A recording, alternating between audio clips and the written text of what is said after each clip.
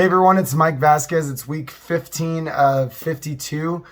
No beer for a year challenge, and still have remained sober. It's been a couple times I've been around situations where people sure were trying to get me to drink and smoke cigars. I went to a cigar bar with a friend the other night, and I've just come to a place where I realize I know me now. I know that if I pick up one cigarette or one cigar and get that little bit of sweet nicotine in me, that it's going to be game over.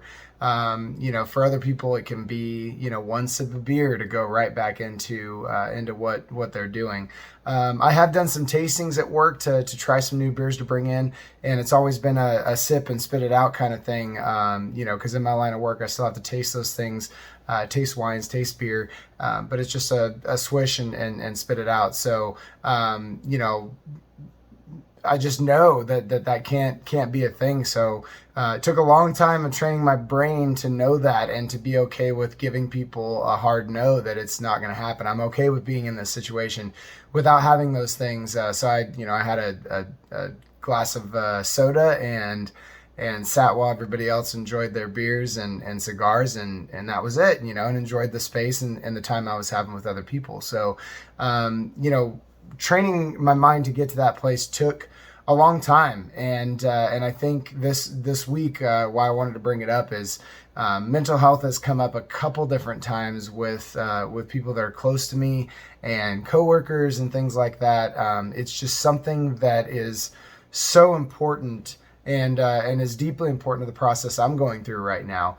I've talked a little bit about the process of coming to terms that I was gay and finding a way to come out to people and accepting that within myself first before I could put it out there, and the weight that took off of my shoulders when I was able to do it. For everybody, it's a different thing. Typically, there's something, we all have life situations that happened when we were younger, traumatizations and could be physical attributes that we're not proud of or are ashamed of. Learning disabilities, all those different things, or just chemical imbalances that cause our brains to act in a different way. And those are things that are really challenging that we have to work through on a daily basis.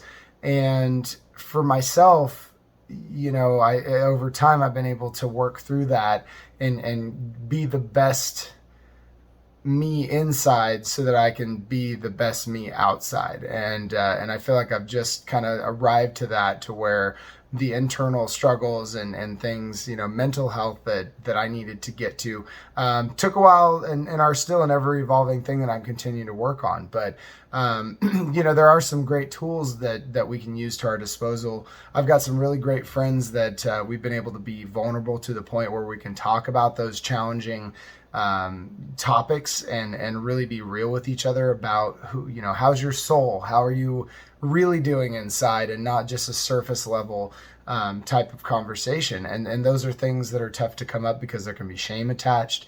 It can be really challenging to bring those things up. And if you don't have a friend or family member, getting in with a professional, somebody that you jive with well, that is professionally trained in that area, to be able to, that you can open up to, because they don't know anything about you, and you don't have to have that shame attached, and be able to speak freely about whatever it is that's on your mind. So, getting good inside to be able to get good outside, that wouldn't have, if I wouldn't have focused on that prior to trying to take over or taking over this goal of being sober for a year and bettering myself and working out, I don't think I would have been setting myself up for success. And that mental health transfers into all areas of our lives. So, it's an important thing that was really front of mind this week. And I wanted to talk through that, to make sure we were, of the importance of it. So, down 36.7 pounds, still alcohol free. Which is great. I'm really, really proud of that. And, now have people saying, man, you got to get some new clothes because those are too big, and just compliments in terms of how I look. And that waterfalls into wanting to continue what I'm doing. So I've reached out to my buddy who's a personal trainer, and it doesn't matter if I'm working 14-hour days and I have to get up at 5 a.m. to go work out. I want to take it to that next step and start, building some muscle and continue to cut the remaining fat off and look. I told my goal, the goal was to look good naked, and so that's what I'm working towards for January 1. So if you have those mental health struggles going on, find a professional, find a friend or family member that you trust in, that will listen to hear, not listen to respond, and talk through those things so that you can get good inside, so you're able to get good outside. So I want to touch on a quote from Jane Goodall. I watched a documentary about Jane Goodall called The Hope last night, and just made me want to go out and reconnect with nature and know that every day we make an impact on the earth, whether it's the environment or those around us, and what we do and how we do it makes a difference. So from Jane Goodall, you cannot get through a single day without having an impact on the world around you. What you do makes you different, and what you do makes a difference, and you have to decide what difference you want to make. So hope you go out and make a difference in a positive way today. So thanks for listening. We'll talk to you next week for week 16 of 52.